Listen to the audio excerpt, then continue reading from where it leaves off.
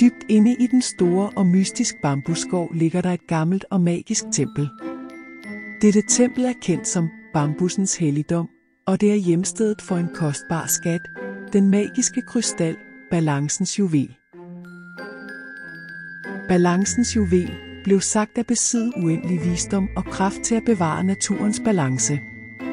Den blev passet og beskyttet af to væsener, en panda ved navn Po og en rød panda ved navn Me, som var kendt for deres kærlighed og omsorg for bambussens enorme rige. Men en skæbnesvanger dag forsvandt den magiske krystal sporløst fra templet. Templet blev ramt af sorg og uro, og skoven begyndte at miste sin skønhed og balance.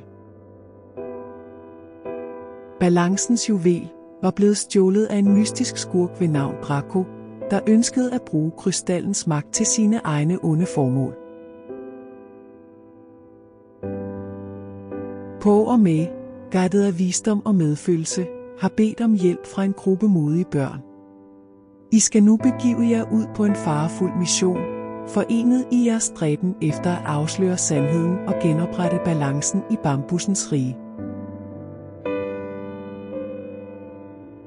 Det er nu op til jer at skaffe balancens juvel tilbage og returnere den til dens plads i bambussens helligdom.